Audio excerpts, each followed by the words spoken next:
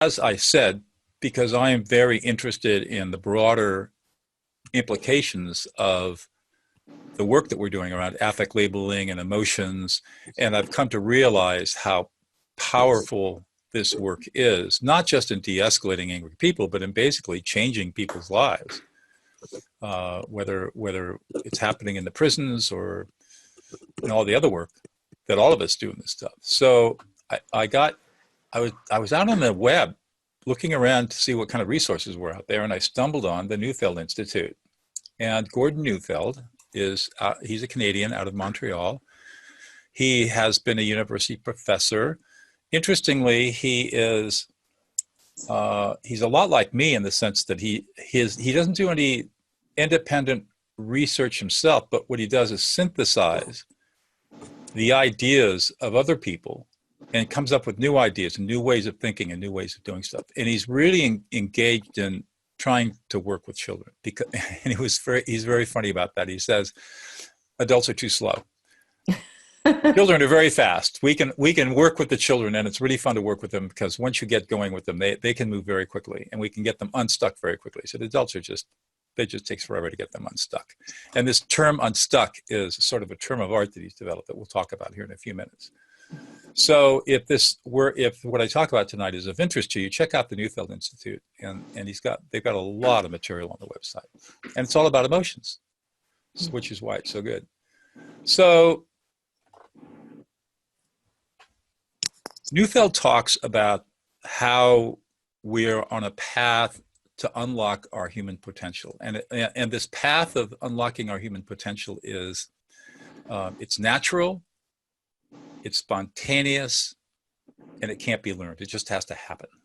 And and this unlocking of human potential, whether you call it self-actualization or self-awareness, you call it all sorts of different words that people have used over the years to describe what happens when you become mature, or when you become, you realize your potential as a human being, comes from three basic things happening. One is dealing with the process of maturation, which we're going to talk about tonight, dealing with vulnerability, and dealing with attachment. And he defines maturation as freedom from impediments.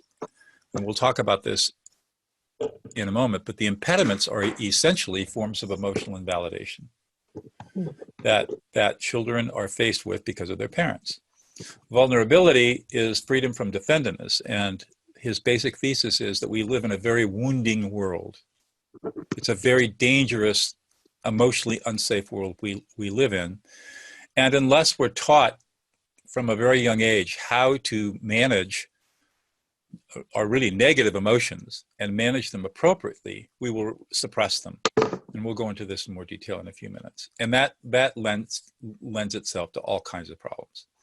And then we have attachment, which is freedom from the pursuit of proximity. Attachment is the way that we bond with each other, but we have to be able to, what Khalil Gibran said, sycamore and the oak, right? They stand together, but they stand apart. And that's a beautiful metaphor for a mature being who's free from the pursuit of proximity, free from an adult perspective from, say, codependency. So that's the basic concept.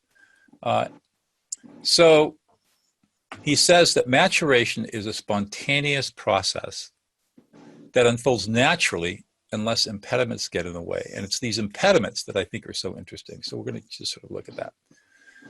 Maturation is not inevitable. We can grow older, but we don't always grow up. And in fact, adult immaturity is probably the biggest problem we face on the planet right now. For adults who have never grown out of, they've never gotten unstuck emotionally from childhood, and they carry that stuckness into their adult lives, and they get into positions of power or wealth or whatever, and all of the problems they had as children manifest in their adult lives. So age is not a determinant of maturity at all. So there are three maturation processes that he talks about: the adaptive, the emergent, and the integrative process. The adaptive process evolves as the ability to deal with futility. In other words, when you encounter something that you cannot change, can that event or circumstance transform you? And he's not talking about adapting to it by repressing or suppressing or other kinds of mechanisms that don't help. He's talking about the ability to accept futility and the frustration and the fear and the anxiety that occurs around futility, and just accept it for what it is and allow it to push you into growth. He talks about the emergent path or the emergent process as this is the process where we move from becoming from a child where we're dependent upon our caregivers, our parents, to eventually emerging as a butterfly out of a chrysalis to be a completely individuated human being, where attachment is necessary because we're social beings and we attach socially, but it is not. But we are not overly bound to attachment, and so it's individuating to become viable and distinct from other human beings. And then he talks about the integrated process, which is maturing as a result of experiencing inner dissonance and conflict. So look at how maturation has to happen. It has to happen as a result of conflict. The conflict of dealing with something that you cannot change, the conflict of seeking attachment or love, but then recognizing that you have to individuate, you have to be your own self, and the inner dissonance and conflict that teaches you how to manage really disparate negative emotions inside yourself at the same time. And that's the process of maturation. And what he says is, so he goes into it talking about adaptive. He says, obviously, the adaptive process evolves as a result of encounters with futility, the emergent, individuating to become viable and distinct, and as I said before, the integrated, maturing, let's go back to that, maturing as a result of experiencing inner dissonance and conflict. So then he gets onto this idea of stuckness. And stuckness is the arrest of maturation. And every child at some point in time becomes stuck, and some children become more stuck more often. Sometimes it's a minor stuckness, sometimes it's a major stuckness. But he says all behaviors that we see in children are that we don't like are as a result of being emotionally stuck. And he said something that I thought was really interesting. He said, so basically in the 1980s, learning theory and cognitive behavioral therapy and behaviorism took over, dominated education. And these are all rationalist perspectives. And he said they're all wrong. Because what they say is they look at a behavior and then they look at a consequence, and it's all utilitarian. In other words, it's expected utility theory is the right way to say it. So what that means is there is an assumption by all of these so-called experts that if you have a behavior that you want to change, you have to create incentives and disincentives to change that behavior. Expected utility theory. Carrots and sticks. And Neufeld says this is the absolute worst thing you can do to a child. The worst thing you can do to a child is this sort of thing. You have to let them experience their emotions. And this is the great challenge. He says, what happens is that, well, we'll see this in a moment, that when we get to a place where we're no longer able to feel our emotions, our brain is unable to move us, and the impulse to maturity is stopped. So when we see stuckness in children, it's because they are no longer able to feel the emotions. And I'm going to say he doesn't define emotions very well. I'm going to say affective, especially if we're talking with young children. Young children do not have the ability to feel their affect and then ultimately to translate it with words into emotions. And when that happens, they become stuck. And if they're not helped out of that, then it just leads to them engaging in behaviors that people don't like, bullying and being impulsive and being restless and being intemperate, all these childhood behaviors that people don't like. And it doesn't have anything to do with their behavior. It has everything to do with the fact that they're emotionally stuck. And if they don't get unstuck, then they're going to carry all of this stuff into adult behavior. And the reason this resonated with me is as a mediator and a peacemaker, when I'm walking into these conflicts, I see this stuckness all the time.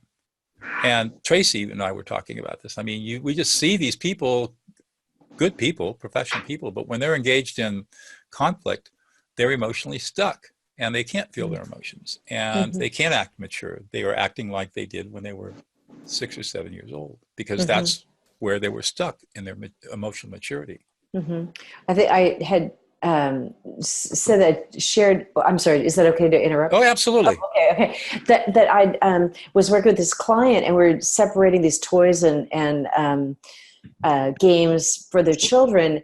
And it was like the wife, the woman, she's in her 30s. She was like 6 years old again, and she's going through these little toys and the books, and even her voice kind of changed. She kind of became like a little kid as she's going through this stuff and discovering which one she wanted to keep and everything. And it made me sad. And I thought, I'll bet she was stuck at that age of development. That's right. And then my question is, when you said they're stuck, does that mean that they're alexithemic?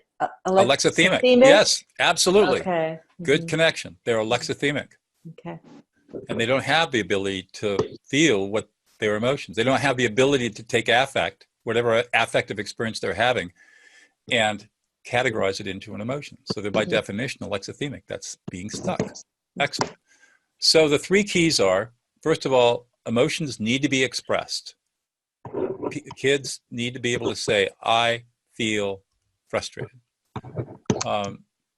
Emotions need to be felt. And here's the thing that I think is really interesting.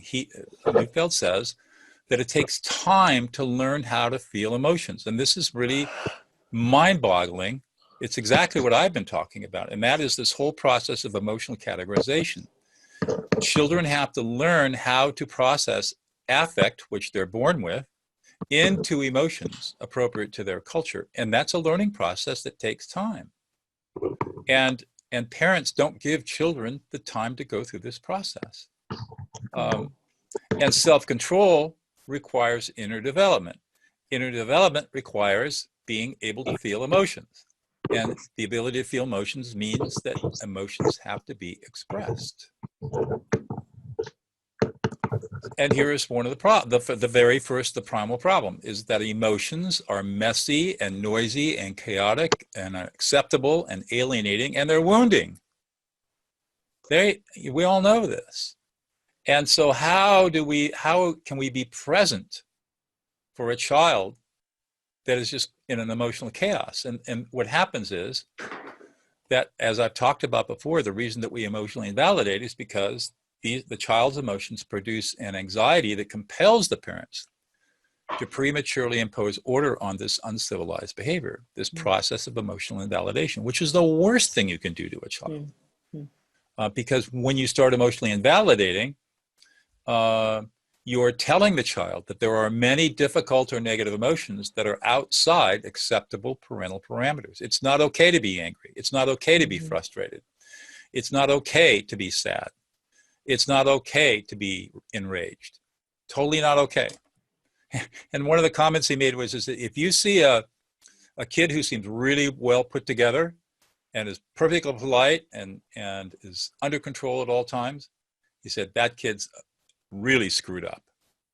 And that kid's the time bomb that's going to happen down the road. So we don't want our kids to be all put together, prim and proper. That's the worst thing we can do for them. Interesting, huh? This totally flies in the face of how we think we should be raising kids. So as children, we learn to suppress these emotions outside the norms, outside what's acceptable, because those emotions create an attachment alarm, the fear of separation. We get punished. We get timeouts. We told to go to our room. We don't get dinner, whatever the punishment might be. And the punishment is because we're having a negative emotional experience that the parents can't deal with effectively. And so this is how we start building the walls. This is where the shutdown begins. And it starts at the very earliest age, 18 months, 2 years old. So for emotions to be expressed, there must be freedom from judgment. And so that means no emotional invalidation at all.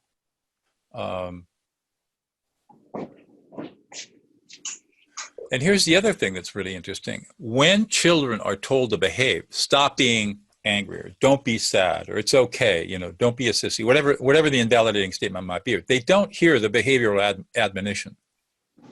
What they experience, the judgment that they are bad human beings for having these negative emotions. Think about that. It's really profound. So the parents are trying to use this rationalist, utilitarian, or you expect a utility value on their kids, and it's just not working. It's having exactly the opposite effect. And so, of course, that means that parents must learn to be present with their child's emotions, and that's really hard. And they must learn to create space for their child to express the difficult emotions, all the negative and ugly stuff.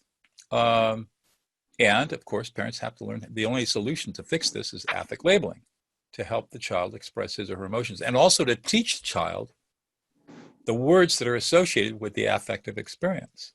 So this is one of the primary roles of a parent, is to teach a child how to mature by understanding, by helping the child understand his or her emotional experience. Neufeld makes this very important point that I talk about in my lectures, and that is that feeling and expressing emotions is a learned behavior. It is not innate. Affect is innate. Emotions are learned. And we don't take any time in our culture to teach our kids how to be emotional. We don't spend any time at all. All of formal education is around task system processes. None of it is around the social system processes. So there's just a huge part of our brains that are left undeveloped by our educational system and by parents, because they don't know any better. So parents must accept, invite, assist, and remove the impediments to emotional expression. They have to allow their children to express whatever they're feeling, and then help that child articulate those feelings so the child can make sense of them. And the child has to know that all emotions are invited, not just the nice emotions. All of them are. I have a question here. Yeah.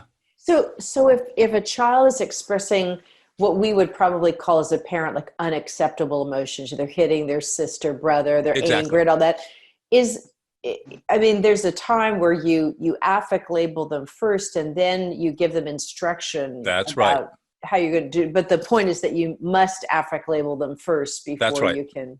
That's right. Otherwise, the trying to change the behavior by punishing or instructing or whatever is a problem-solving mode, which, unless it is preceded by affect labeling, becomes invalidating, judgmental, and creates shutdown. But at the same time, you don't just affect label and not give instruction if they're doing something that's really destructive. Correct. Okay. Correct. I mean, this is not, we're not talking about not providing consequences to children or to kids if they misbehave. Okay. What we're talking about is how we go about how we approach that. And we approach it by affect labeling first. Mm-hmm. Getting the child to express his or her emotions, understanding what the emotions are. And then you can, and just like anything, like in a mediation, you get the child calmed down, and now you can start to problem solve. Mm-hmm. You can actually have a discussion. Zara, hand up. Yes. So, and I'm sorry, it's a bit dark. I don't know if you can see me. I've got a little light. So an example of that, Tracy, would be, you've got toddlers and a new baby, and the toddler's really frustrated, and you say, you're really frustrated. You have hits in you and you've got kicks in you, and let's find a way to get this out, and let's throw these bean bags, and let's, hit this. So what you're doing is you're normalizing the feeling of frustration, and you're helping them move it through their body in an acceptable way. That's right. Mm-hmm. Yeah, good. That's age appropriate. Mm-hmm. Yes. Mm-hmm. And the point is that 5-year-olds should never be, well, okay, first of all, I want to make this point, that we cannot divide the world into acceptable and unacceptable emotion for children. All emotions are acceptable. Mm-hmm. And parents who are pressured by time and circumstance, they got a toddler melting down in the supermarket, doesn't matter. It doesn't matter. You don't yell at your child for having an emotional experience. You just don't. So this was interesting. Until 5 years old, only one emotion at a time is fed into the prefrontal cortex. So the child could be experiencing all kinds of different affects, but only one emotion is going to process itself. And it isn't until the child's about 9 years old that he or she can begin to process multiple conflicting emotions at the same time. So how can we even hold children accountable for their behaviors when their brains are just not even processing emotions very well up until 9 or 10 years old? And even then it's not very good. But that's the point when we start to see a little bit more maturity. And because children are now able to process, if they've been well trained and have had good experiences, they can process negative and positive emotions at the same time. This is another rubric that I found really interesting, and that is the child is not responsible for his emotions too early. The parent is responsible for the child's emotions. It's the parent who has to coach the child about emotional experience. It's the parent who has to react to the emotions in a non-judgmental way. Even if the behavior is outrageous, it's not about the behavior. It's about the underlying emotions that haven't been expressed that lead to an acting out because the emotions have not been expressed. Very different than the rationalist perspective on child rearing. And of course, the big challenge to this is that it triggers all of the unfinished business the parents have around their emotions, because they are undoubtedly stuck themselves.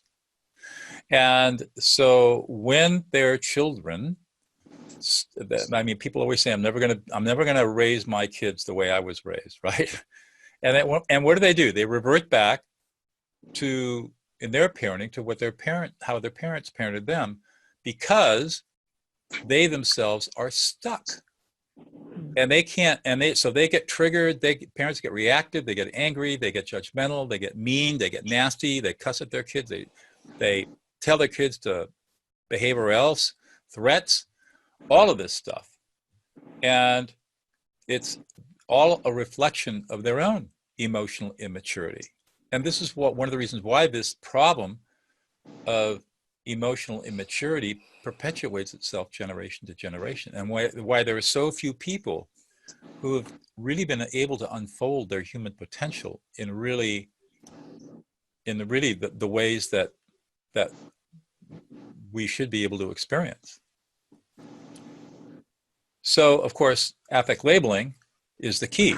And Neufeld doesn't know about affect labeling. He doesn't use these words. He kind of talks around the bush, but never really gets quite to it. But these lectures were in 2013. Well, I started affect labeling in 2005. Lieberman's study came out in 2007. I don't think that he would really know much about affect labeling unless he was really studying the literature, which I don't think he was. But he does talk about the importance of labeling emotions, but he never uses the word affect labeling and doesn't talk about the skill. But the point is that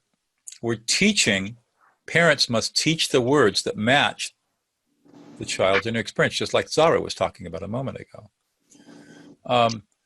And words are symbolic expressions that stop the acting out for all the reasons that we know. Why does affect labeling work? We're basically lending our prefrontal cortex to our child, who can then process the emotional affective experience into emotion, and that calms the brain down just automatically. So here's an example of, this is one of the pictures he has. So he says, a child could experience frustration, and he doesn't like the word anger. I disagree with him on that, but he says, okay, so frustration can come from all kinds of places. And if the frustration is not allowed, and the frustration arises out of having a sense of futility, the child can't change something that the child wants to change. And so it's feeling powerless, disempowered, victimized. It's feeling that the child is feeling is futility. And so now it naturally goes to frustration.